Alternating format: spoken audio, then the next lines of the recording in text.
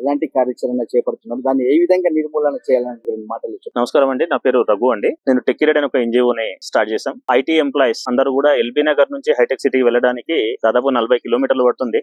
ఒక 12 ఏళ్ల కింద ఇక్కడ నుంచి అక్కడ వెళ్ళడానికి 40 కిలోమీటర్లు ఒక కార్ లో పోతే చాలా పొల్యూషన్, చాలా ఫ్యూయల్ బర్నింగ్ ఉంటది. ఇవన్నీ ఆలోచన చేసి కార్ పూలింగ్ అనే కాన్సెప్ట్ ని మనం స్టార్ట్ చేసాం. టెక్కిరెడ్ 7 మందితో స్టార్ట్ అయింది. ఈ రోజు 1600 మంది టెక్కిరెడ్ మెంబర్స్ ఉన్నారు. ముఖ్యంగా టెక్కిరెడ్ వచ్చేసి ఎడ్యుకేషన్ అండ్ ఎన్విరాన్మెంట్ మీద బాగా ఫోకస్ చేస్తుంది. ఎడ్యుకేషన్ మీద, రూరల్ ఎడ్యుకేషన్ మీద చేస్తుంది. ఎన్విరాన్మెంట్ మీద వచ్చేసి అవేర్నెస్ ప్రోగ్రామ్ చాలా చేస్తుంది. దాంట్లో భాగంగా పర్యావరణ పరిరక్షణ కోసమై చెట్లను పెంచడము, వాటిని కాపాడడము, ఇంకుడు గుంతల ఏర్పాటుకి సహాయ సహకారాలు అందించడము, అవేర్నెస్ ప్రోగ్రామ్స్ ఇలాంటివన్నీ చేస్తూ ఉన్నాయి. నా పేరు కృష్ణాజీ శేషు, రిటైర్డ్ అయ్యాను.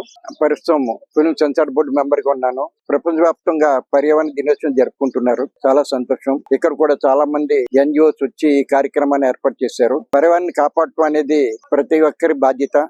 ఈ సమాజంలో మనం ఒక్కరం కాబట్టి సమాజానికి దోహదపడే ఏ అంశమైనా కూడా మన వైపు నుంచి కూడా ప్రయత్నం చేయాలి. జనాభా పెరిగింది, దాన్ని వసతి మాత్రం పెరగలేదు. దాన్ని దృష్టిలో పెట్టుకుని ఈ నీటిని వినియోగించవలసిన అవసరం ఉంటుంది. వేస్టేజ్ మినిమైజ్ చేయాలి.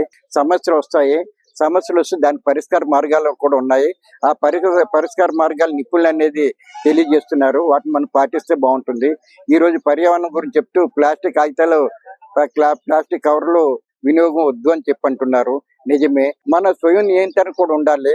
కొన్ని కారణాల వల్ల ప్రభుత్వం ఈ కార్యక్రమాలకి అనుమతులు ఇచ్చినా కూడా మన వంతు స్వీయ నియంత్రణ అనేది మన వంతు కూడా ప్రయత్నం చేయాలి.